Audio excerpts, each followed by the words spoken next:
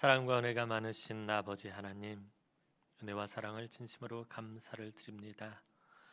이 성전에서 뛰놀며 하나님을 찬양하고 예배하던 우리 아기들을 다시 이 성전에서 만나고 볼 수 있게 하여 주옵소서. 우리 아이들이 하나님을 마음껏 찬양하고 노래할 수고 경배할 수 있도록 은총을 베풀어 주옵소서. 어서 속히 이 힘든 시간들이 지나가므로 우리가 하나님 앞에 더욱 온전하게 예배하게 하여 주옵소서. 우리 아이들을 하나님 축복하여 주시어서 다음 세대 하나님 나라의 큰 일꾼들로 성장하게 하여 주옵소서. 이 시간에도 미천한 것이 감히 또 하나님의 말씀을 들고 앞에 섭니다. 부족하고 연약하고 어리석고 허물 많은 모습은 십자가 뒤에 감춰주시고 성령 하나님 강권적으로 역사하셔서 오직 하나님의 말씀만 증거하게 하여 주옵소서. 감사를 드리옵고 예수님의 이름으로 기도하옵나이다. 아멘. 할렐루야. 우리 가족들하고 인사합시다. 주님의 사랑으로 사랑합니다. 한 주만 참으면 되네요. 내일부터 또 새벽 예배도 시작하니까 수요 예배, 금요기도 때도 만날 수 있고 주일 예배 다음 주면은 우리가 다 같이 또 만나서 예배하겠습니다. 참 하나님의 은혜입니다. 아까 아이들 찬양하는 동영상 보면서 아유 어쩜 이렇게 귀하고 예쁜지 찬양하는데 공갈젖꼭지 물고 있어요. 그래도 공갈젖꼭지를 물고 있어도 찬양을 하고 있어요. 얼마나 귀합니까? 이 제단에 예배하는 어린이들이 가득하고 하나님을 마음껏 찬양하는 청소년들이 넘쳐나고 새벽 이슬과 같이 정결하게 헌신하는 청년들이 가득하기를 주님의 이름으로 축복합니다. 자, 오늘은 제가 여러 번 설교를 했지만 탕자의 비유를 가지고 우리 다시 한번 은혜를 나누는 시간이 되었으면 좋겠습니다. 오늘 본문은 예수님의 비유 중에 가장 잘 알려진 이 탕자의 비유입니다. 탕자의 비유라고 해서 이 탕자의 이야기만 있는 것은 아닙니다. 아버지의 이야기도 있고 탕자였던 둘째 아들의 이야기도 있고 큰아들, 맏아들 이야기도 함께 있습니다. 그래서 이 세 가지 이야기를 함께 살펴봐야 예수님의 비유를 제대로 이해할 수 있습니다.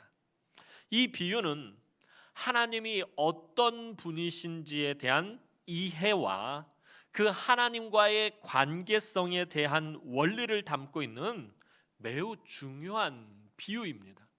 하나님이 어떤 분이신지 또 그 하나님과 어떤 관계성을 가져야 하는지 이 원리에 대해서 제공하고 있는 아주 중요한 비유입니다. 이 비유는 여러분들이 잘 아시는 것처럼 이 비유에 등장하는 아버지는 하나님, 큰아들은 유대인, 둘째 탕자는 이방인이나 죄인을 상징합니다. 예수님은 이 비유를 통해 하나님을 아버지로 비유하면서 우리도 하나님을 아버지로 부를 것을 요청하십니다. 주님은 기도를 가르쳐 주실 때에도 또 천국 복음을 가르치실 때도 하나님을 늘 아버지로 소개하고 아버지로 부르셨습니다. 그리고 제자들에게 하나님을 아버지로 부르게 하셨습니다. 그래서 사도 바울도 갈라디아서 4장 6절에서 이렇게 말씀합니다. 갈라디아서 4장 6절 말씀 우리 다 함께 한번 보도록 하겠습니다. 시작. 너희가 아들임으로 하나님이 그 아들의 영을 우리 마음 가운데 보내사 아빠 아버지라 부르게 하셨느니라. 하나님을 아빠라고 부르게 하셨다는 거예요. 이 히브리어에도 아빠라는 말이 있는데 이것도 우리나라 말로 하면은 아빠예요, 아빠. 아주 친근한 관계성, 아버지와 아주 친근한 관계성. 어린 딸이 아빠를 부를 때, 아빠하고 부를 때 쓰는 굉장히 친근한 관계성을 나타내는 말이 이 아빠라는 말입니다. 그런데 우리 주님은 하나님을 아빠라고 부르게 하셨어요. 전에 주님 가르쳐 주신 기도를 강의할 때도 말씀드렸어요. 너희는 기도할 때 이렇게 기도하라. 하늘에 계신 우리 아버지여라고, 우리나라 말로는 아버지여라고 번역이 됐어요. 이게 100년 전에 번역을 하다 보니까 아버지라고 번역을 했는데 원래 의미는 뭐라고 그랬죠? 아빠예요. 하늘에 계신 우리 아빠, 이렇게 기도하라라고 우리 주님 가르쳐 주셨다는 거예요. 하나님을 아빠로 부르게 하셨습니다. 예수 그리스도께서 십자가에서 우리의 모든 죄값을 다 치르심으로 우리의 신분을 죄인에서 아들이 되게 하셨습니다. 우리 주님은 죄의 종노릇하던 우리를 사셔서 구속하셔서 다시 종으로 삼으신 것이 아니라 아들로 삼으셨던 거예요. 하나님의 아들로 삼아 주셨습니다. 그래서 그것을 믿는 사람들은 하나님을 아버지라 부를 수 있게 되었습니다. 따라서 하나님과 우리의 관계는 아버지와 아들의 관계입니다. 그러므로 우리가 신앙생활할 때 가장 중요한 것이 바로 하나님과의 관계성입니다. 이것이 가장 중요한 것입니다. 내가 하나님을 어떻게 이해하고 있느냐, 내가 하나님과 어떤 관계를 맺고 있느냐, 이것이 신앙생활하는 데 있어서 가장 중요한 것입니다. 오늘 비유에 등장하는 큰 아들은 누구를 의미한다고 그랬죠? 아까 유대인을 의미한다라고 말씀드렸어요. 출애굽기 4장 22절 말씀 한번 보도록 하겠습니다. 출애굽기 4장 22절 말씀입니다. 시작. 너는 바로에게 이르기를 여호와의 말씀에 이스라엘은 내 아들 내 장자라. 하나님이 말씀하셨어요. 하나님께서 선택하신 이스라엘은 내 아들인데 그 아들 그냥 아들이 아니라 장자다라고 하나님 그렇게 말씀하십니다. 하나님 이스라엘 자손들을 장자라고 분명하게 언급하고 있습니다. 신명기 21장 17절의 상속법을 살펴보면 아버지의 재산을 자식들에게 나눠줄 때 장자는 다른 아들보다 2몫을 더 받게 되어 있습니다. 그러니까 2몫을 더 받는다라는 말은 재산의 3분의 2를 차지한다라는 것입니다. 그런데 장자는 재산의 3분의 2만 차지하는 것이 아니라 여러 가지 특혜와 여러 가지 대우를 받게 되어 있습니다. 그런데 하나님이 장자에게 이렇게 많은 재산과 특혜와 대우를 준 것은 장자 혼자 잘 먹고 잘 살라고, 갑질하면서 살라고, 큰 소리 떵떵 치면서 살라고 주신 것은 결코 아닐 것입니다. 그에게 책임을 지게 하기 위해서입니다. 하나님께서 무엇인가를 주셨을 때는 반드시 그에 따른 책임이 있습니다. 장자의 복을 주셨을 땐 장자에 대한 책임이 있는 것입니다. 공동체 안에서 가난한 사람, 약한 사람, 힘없는 사람을 지키고 보호하기 위해서 하나님께서는 장자의 복을 주신 것입니다. 장자가 하나님 주신 복으로 희생하고 헌신하고 섬기며 살도록 하신 것입니다. 그런데 이스라엘의 장자권은 이런 하나님의 은혜에서 시작했지만 그들은 하나님의 은혜를 자신들만의 아집과 이기심과 욕심으로 선민사상을 만들고 말았습니다. 하나님이 자기들만 선택하셨다는 거예요. 자기를 장자로 삼았다는 말은 하나님께서 자기들만 선택하셨고 자기들만 축복하셨고 자기들만 하나님 나라의 주인공이라고 생각한 것입니다. 그리고 거기에는 그 어떤 이방인도 들어올 수 없다라고 생각하게 되었습니다. 하나님께서 이스라엘을 장자로 삼은 것은 이스라엘을 통해서 주변의 여러 이방 족속과 온 열방이 하나님에게로 돌아오게 하기 위해서 그들을 장자로 삼은 것입니다. 그들이 장자의 복을 가지고 희생하고 헌신하고 섬김을 통해서 하나님 나라를 이 땅 가운데 보여줌을 통해서 주변의 열방들이 하나님 앞으로 돌아오게 하기 위해서 하나님께서는 이스라엘을 장자로 삼은 것입니다. 그런데 이스라엘은 그렇게 생각한 것이 아닙니다. 어떤 이방인도 그 자기들이 받은 복 안으로 들어올 수 없다라고 생각했어요. 자신들만이 장자로 선택을 받았다는 그 우월감에 사로잡혀서 이방인을 이해하는데 너무나도 인색했고 배타적으로 변질되고 말았던 것입니다. 오늘 한국 교회를 보면 마치 변질된 유대인과 같다라는 생각을 하게 됩니다. 오늘 한국 교회의 모습이 어떠합니까? 선민의식과 특권의식에 사로잡혀서 사회적인 책임을 지려 하지 않습니다. 교회 안에서도 많은 성도들이 이런 선민의식과 특권의식에 빠져 있습니다. 특히 오래 신앙생활을 할수록 이런 생각을 하게 될 때가 많습니다. 또 교회 안에서 중직을 맡을수록 더합니다. 그 중에서도 목사들이 가장 심합니다. 이들의 생각이나 행동은 자신들이 주인공이며 자신들 아니면 안 된다라고 말하고 그렇게 행동합니다. 또 책임은 없고 권리만 주장합니다. 교회와 성도들과 목회자가 귀족처럼 변해버렸습니다. 귀족적인 기득권을 잃지 않으려는 일에만 무던히도 애를 쓰고 있다라는 것입니다. 교회가 자기를 희생하고 섬기고 헌신하는 일에 애를 쓰는 것이 아니라 교회의 기득권과 특권과 이런 선민의식을 지키기 위해서 애쓴다라는 것입니다.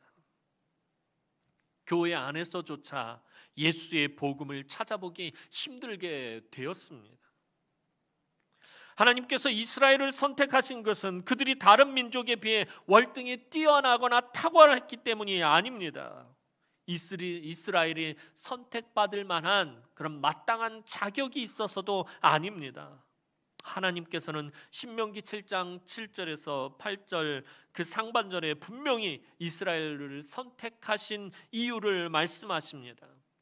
신명기 7장 7절에서 8절 상반절 말씀 우리 다 함께 보도록 하겠습니다. 시작.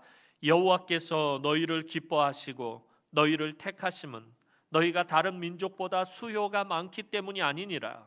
너희는 오히려 모든 민족 중에 가장 적으니라. 여호와께서 다만 너희를 사랑하심으로 말미암아 또는 너희의 조상들에게 하신 맹세를 지키려 하심으로 말미암아. 다른 민족보다 수요가 많기 때문이 아니라라고 하나님 말씀하십니다. 오히려 너희는 가장 적다. 이 수요가 많다라는 말은 탁월하다, 뛰어나다, 능력 있다 이런 의미입니다. 수요가 적다라는 말은 반대의 의미입니다. 하나님은 당신께서 이스라엘을 선택하신 가장 큰 이유가 다만 그들을 사랑하셨기 때문이다라고 말씀하십니다. 뭐 잘나고 훌륭하고 똑똑해서 능력이 있어서 선택한 것이 아니라 하나님께서 다만 사랑하셨기 때문이다라는 것입니다. 애굽에서 종살이 하던 아무런 가치도 없고 보잘것없이 버림받고 천대받던 너무나도 연약하고 부족하고 허물 많은 민족 이 이스라엘을 다만 사랑하셨다라는 것입니다. 하나님께서 불쌍한 이스라엘에게 베푸신 그 사랑과 그 긍휼을 다른 사람에게도 넉넉하게 베풀라고, 다른 이방인들에게도 이 열방에게 넉넉하게 베풀라고 장자의 복을 주신 것입니다. 그것은 오늘 교회와 성도들에게도 동일하게 해당하는 것입니다. 교회가 세상보다 의롭고 교회가 세상보다 옳고 교회가 세상보다 뛰어나고 자격이 있는 것이 결코 아니다라는 것입니다. 오히려 세상보다 못합니다. 세상보다 부족합니다. 다만 하나님이 사랑하셨을 뿐이라는 것입니다. 이것을 잊어서는 안 됩니다. 둘째 아들을 한번 다시 살펴보도록 하겠습니다. 아까 둘째 아들 누구라고 했죠? 둘째 아들은 유대인들이 그토록 배타적이고 경멸하고 인정하지 않는 이방인들과 죄인들을 의미하는 것입니다. 예수님 당시에 많은 유대인들이 죄인과 세리와 창기와 사마리아 사람들과 이방인들을 멸시했습니다. 이 창기, 세리, 사마리아 사람, 이방인들은 그냥 한국어로 묶어서 죄인이라는 의미입니다. 그냥 이들을 다 죄인 취급했고 이 죄인들을 경멸하고 무시했습니다.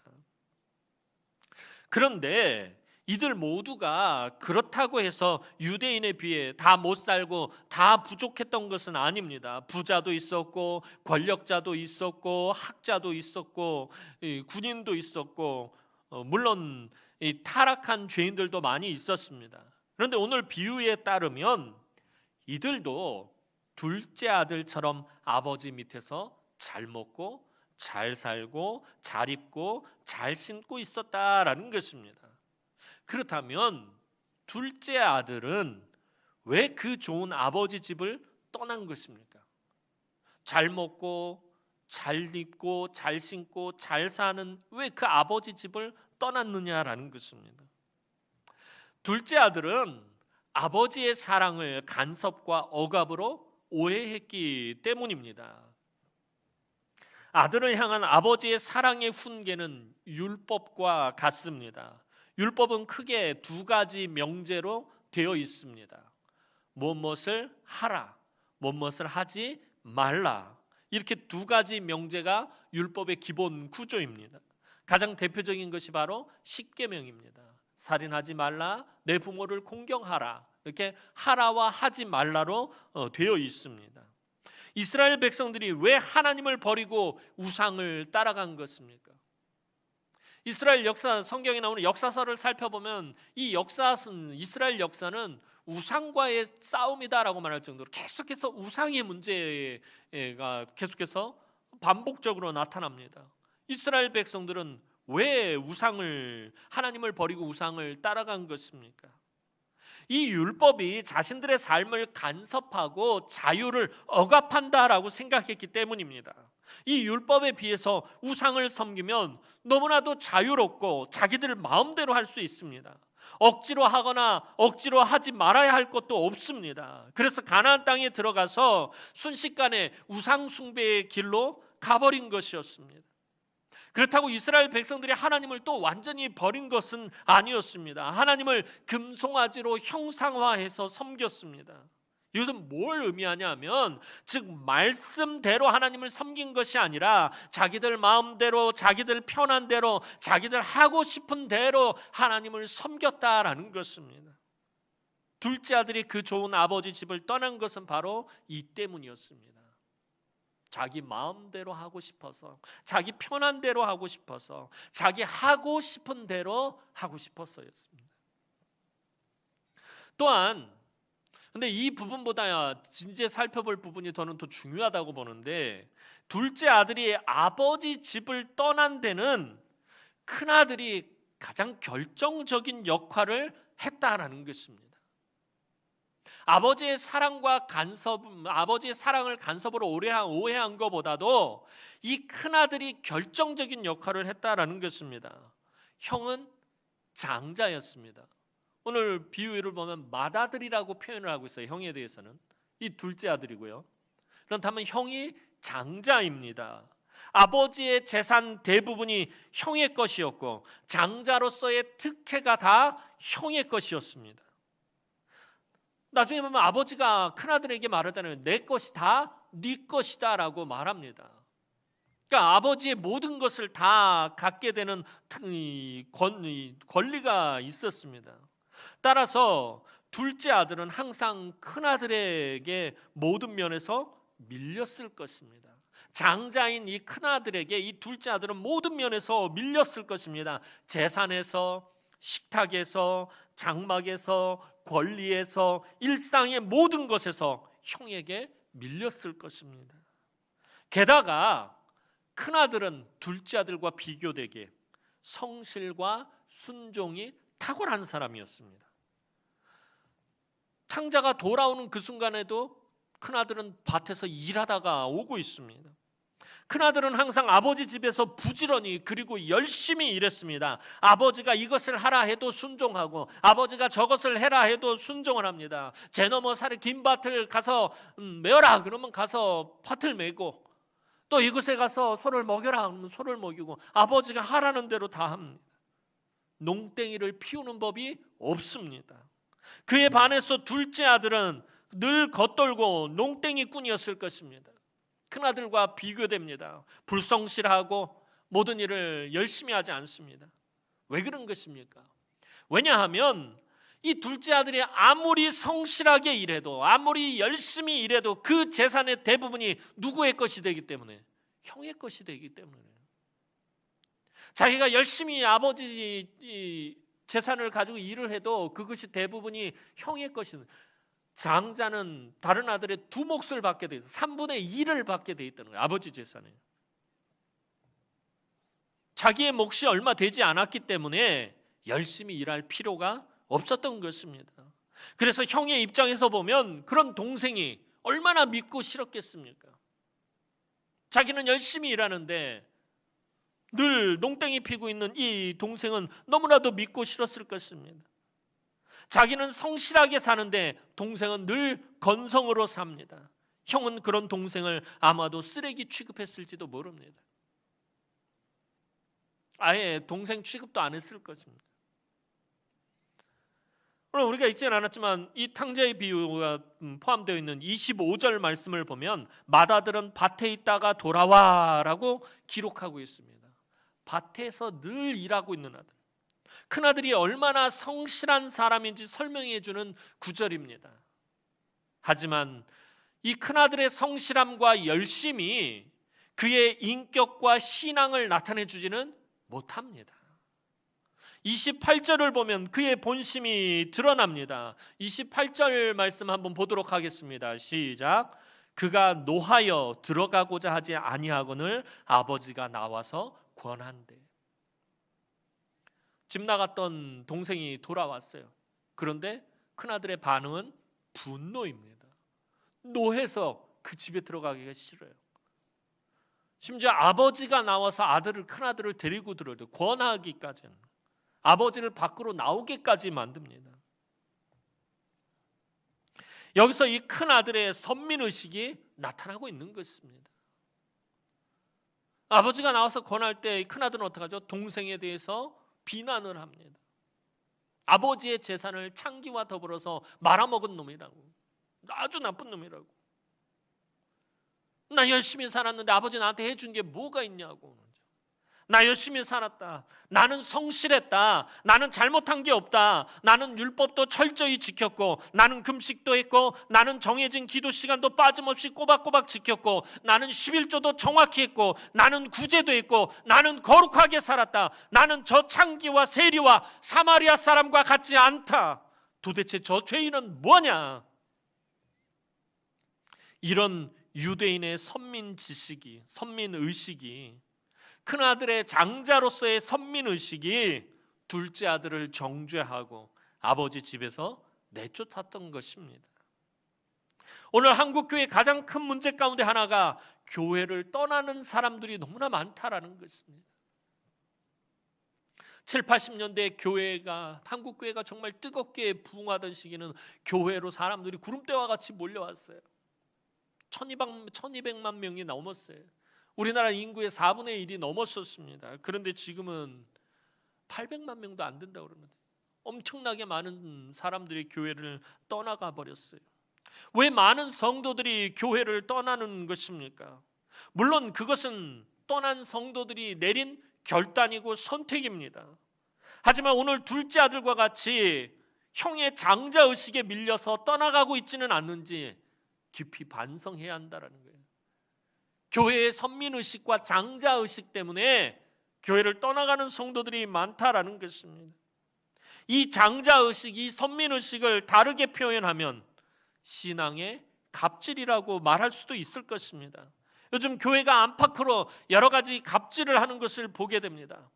목사가 교회를 개척했다라는 이유만으로, 교회를 크게 부흥시켰다는 이유만으로 교회를 세습하고 자기 아니면 안 된다고 생각을 하고 교회를 자기 것으로 착각을 합니다. 교회를 사유화합니다. 목사만 그럽니까?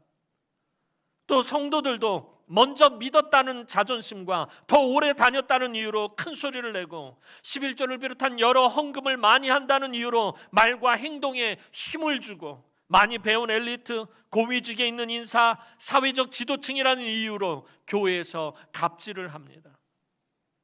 또 교회가 이 세상을 향해서는 오직 자기 이해로만 똘똘 뭉쳐서 사회적인 책임을 지지 않거나 조금도 희생하려고 하지 않고 권리만 주장하고 선민의식으로 이 세상을 향해 갑질을 합니다.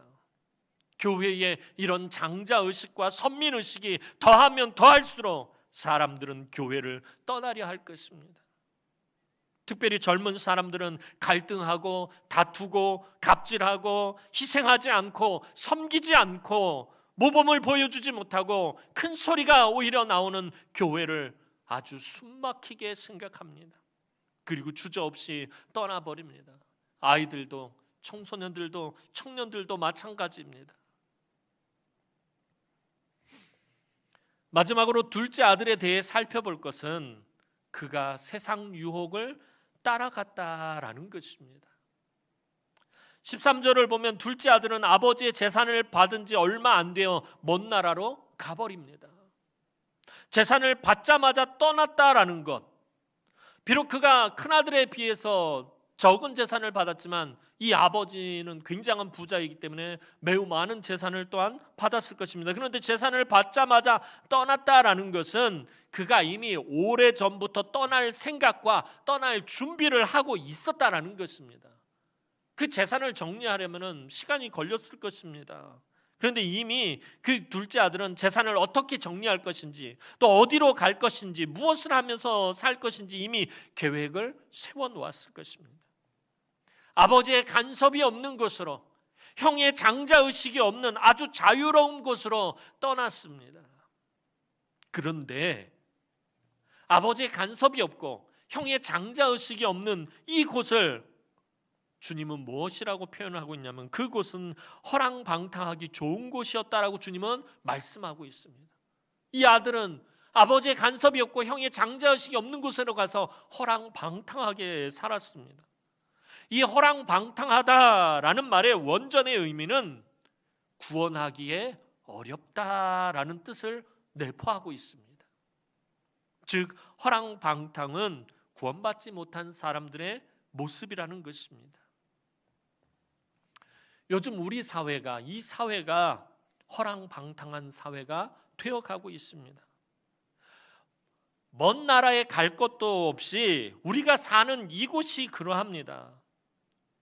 우리나라 정보통신업계는 세계 최강대국입니다. 이 IT 업계는 우리나라, 인도와 우리나라가 세계 최고입니다. 누구도 따라오지 못합니다. 우리나라보다 인터넷 속도가 빠른 나라가 없어요. 우리나라처럼 스마트폰 보급률이 높은 곳도 없어요. 우리나라처럼 스마트폰 활용도가 높은 곳도 없다라고 합니다. IT 기술의 발달로 엄청난 정보를 손쉽게 접하게 되었습니다. 별의별 정보를 여과 없이 접할 수 있습니다. 그런데 이 정보가 어떤 정보냐가 문제인 것입니다. 가장 많이 접하게 된 것이 음란 정보입니다. 음란 사이트에 대한 정보들입니다.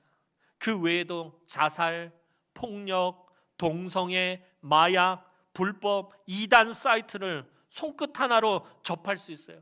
그냥 손끝으로 한 번만 tweak하면은 다 자유롭게 접할 수 있어요. 이 인터넷 세상은 콘텐츠가 무궁무진하여서 이 온라인에서 어디든 갈 수 있고 무엇이든지 할 수 있고 아무 것이나 표현할 수 있습니다. 사람들이 교회는 점점 떠나가는데 이곳은 점점 더 많은 사람들이 모여들고 있습니다. 모든 것이 디지털화 되기 이전 아날로그 시대에는 교회가 세상 문화를 이끌어가고 있었습니다. 예전에는 교회가 세상에 선한 영향력을 미치며 교육, 문화, 사회 모든 부분을 이끌어갔지만 지금은 그렇지 못합니다. 교회가 이 세상에 끌려다니고 있어요. 교회가 오히려 문화를 따라잡지 못해서 헤매고 있어요. 또 이 세상을 향해서 그 어떤 선한 영향력도 미치지 못하고 있습니다.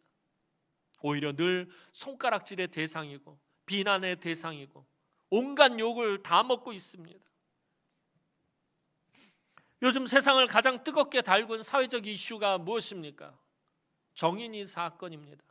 너무 마음이 아파서 그 기사를 제대로 읽지를 못하겠어요.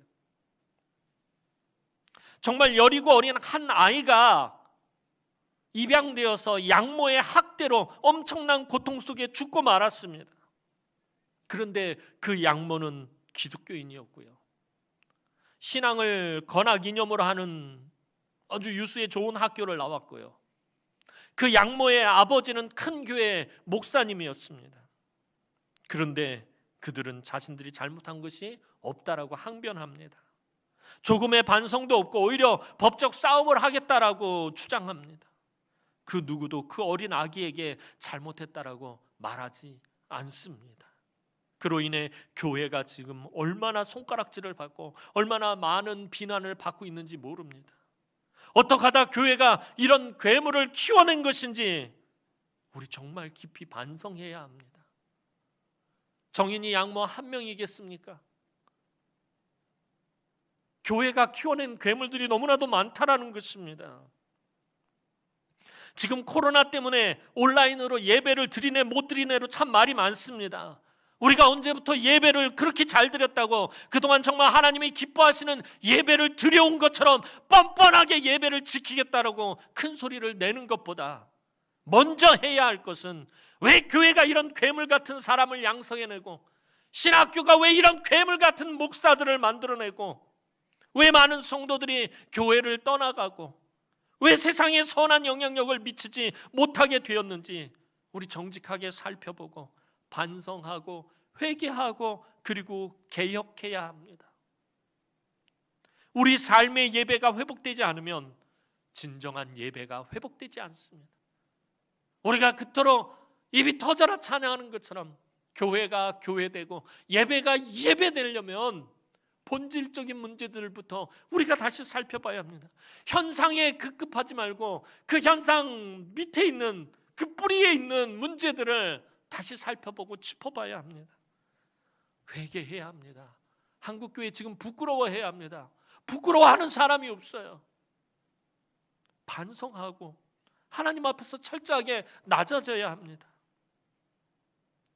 우리의 삶의 예배가 회복되어져야 합니다.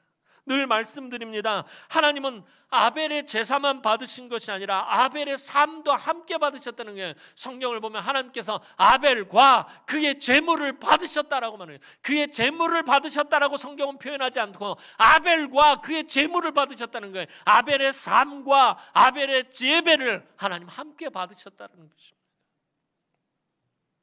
예전에 어느 집회에서 강사 목사님이 하신 말씀이 생각이 납니다. 사람들이 교회를 떠난 것이 아니라 교회가 사람들을 떠난 것이다. 교회가 사람들을 허랑방탕한 곳으로 내몰고 있다라는 것입니다. 교회가 어린이들을 내쫓고 청소년들을 내쫓고 청년들을 내쫓고 있습니다. 그저 주일학교는 재정적으로 이득이 되지 않는다는 이유로 방치하고 방관합니다. 주일학교에 투자하는 것을 꺼려합니다. 교회에서 뛰놀고 성경 공부하고 찬양하던 애들이 지금 동성로에서 술을 마시고 춤추며 놀고 있고 동성애 퀴어 축제를 지지하고 있습니다. 금요 기도에서 찬양하며 기도하던 청년들이 세상으로 떠나가고 있습니다. 교회에서 열심히 헌신하던 젊은 성도들이 교회에 등을 돌리고 떠나가고 있습니다. 모든 것이 절망적이고 암울하고 희망이 없어 보입니다. 주님도 그러하다라고 오늘 비유를 통해서 말씀하십니다. 14절 16절 말씀 한번 같이 보도록 하겠습니다. 14절 16절 말씀입니다. 14절 16절 말씀 제가 읽어드리도록 하겠습니다. 다 없앤 후 그 나라에 크게 흉년이 들어 그가 비로소 궁핍한지라. 16절 말씀 보겠습니다. 그가 돼지 먹는 쥐염 열매로 배를 채우고자 하되 주는 자가 없는지라. 둘째 아들, 집 나간 둘째 아들도 절망적이고 힘들고 어려운 상황 가운데 놓이게 되었습니다. 그런데 모든 것이 다 끝난 것 같은 인생의 바닥으로 떨어지게 되었을 때 비로소 둘째 아들은 무엇이 생각이 나죠? 아버지 집이 생각이 났더라는 거예요. 인생의 밑바닥으로 떨어지고 나서 크게 실패하고 나서 크게 망하고 나서 비로소 아버지 집이 생각이 났어요. 내 아버지 집은 참 풍족한 곳인데, 내 아버지 집은 참 넉넉한 곳인데. 둘째 아들이 허랑방탕한 곳에서 아버지 집으로 돌이키게 된 계기가 무엇입니까? 무엇 때문에 둘째 아들이 돌아오게 된 거죠? 무엇 때문에 둘째 아들이 그의 삶을 돌이키게 된 것입니까? 그것은 아이러니하게도 그가 실패했다라는 것입니다. 그가 실패하자 아버지 집이 생각이 났어요. 그가 실패하자 아버지 사랑이 생각이 났어요. 그가 실패하지 않았다면 여전히 허랑방탕하게 살고 있었을 것입니다. 그래서 예수 믿는 사람들에게 실패는 곧 은혜의 계기가 되는 것입니다. 위기가 은혜의 기회가 되는 것입니다. 그런데 아버지 집이 생각났다 하더라도 아주 중요한 문제가 한 가지 있습니다. 그것은 아버지가 이 둘째 아들을 용납할 것인가 하는 거예요. 아버지 집이 생각이 났는데, 아버지가 생각이 났는데 이 아버지가 둘째 아들을 용납할 것인가 하는 문제입니다. 사랑하는 성도 여러분, 오늘 주님은 분명히 말씀하십니다. 아버지는 항상 기다리고 있었다고 말입니다. 아버지는 항상 기다리고 있었다라는 것입니다. 오늘 본문은 이 탕자의 비유는 기다리는 아버지를 기록해 놓고 있어요. 오늘 우리가 읽은 본문은 바로 이 기다리는 아버지를 기록해 놓은 부분입니다. 오늘 교회와 성도들과 목회자들이 기다리는 아버지를 다시 만나야 합니다. 아버지의 품이 얼마나 크고 아버지의 집이 얼마나 넉넉한지 느껴야 하고 깨달아야 합니다. 오늘 본문 20절 말씀 다시 한번 보도록 하겠습니다. 20절 말씀입니다. 시작. 이에 일어나서 아버지께로 돌아가니라. 아직도 거리가 먼데 아버지가 그를 보고 측은히 여겨 달려가 목을 안고 입을 맞추니. 기다리는 아버지를 묘사해 놓고 있어요. 여기서 하나님에 대해서, 하나님은 어떤 분인지에 대해서 우리가 볼 수 있어야 돼요.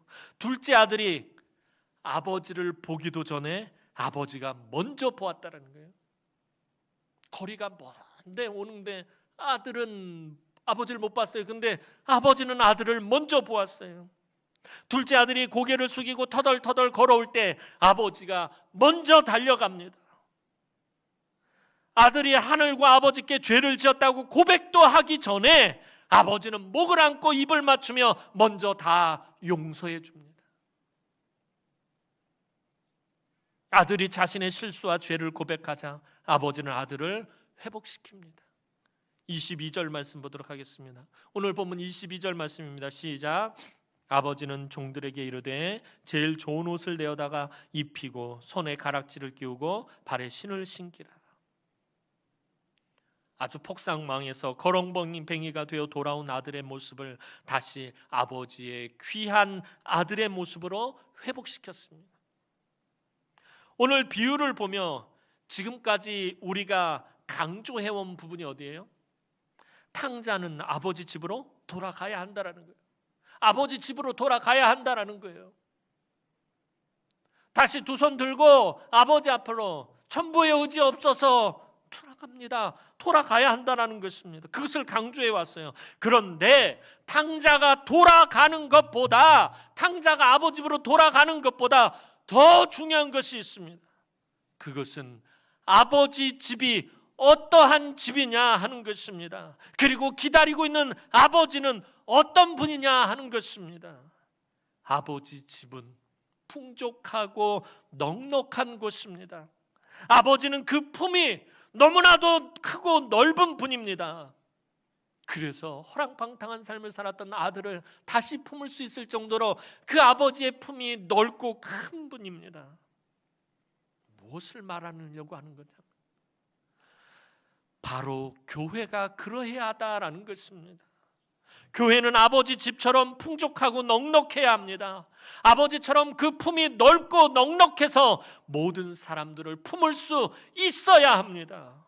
사랑하는 성도 여러분, 교회는 우리 하나님 아버지처럼 품이 크고 넉넉해야 합니다.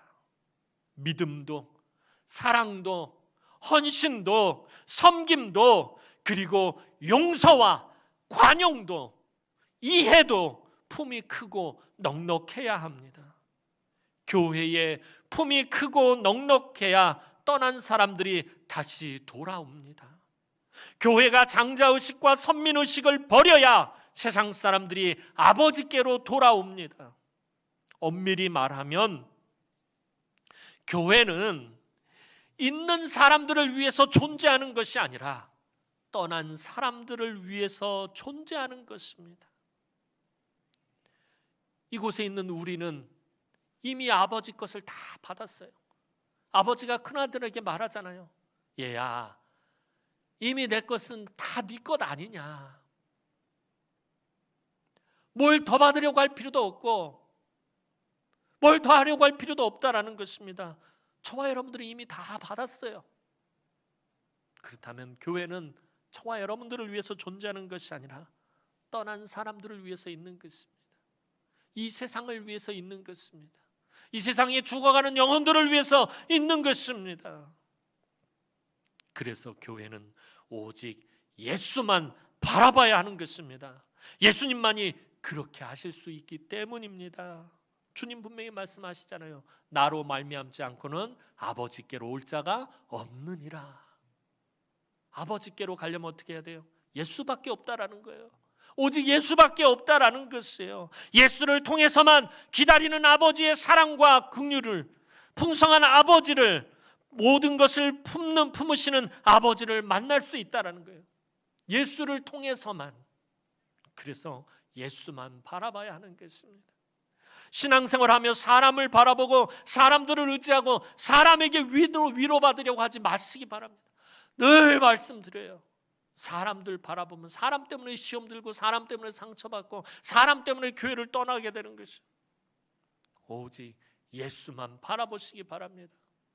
믿음의 주여 온전하게 하시는 이 예수를 바라볼 때 그 예수를 통해서 항상 나를 기다리시는 그 아버지, 항상 그 사랑을 베푸시는 아버지, 항상 그 품이 넓고 넉넉한 아버지를 만날 수 있기 때문입니다.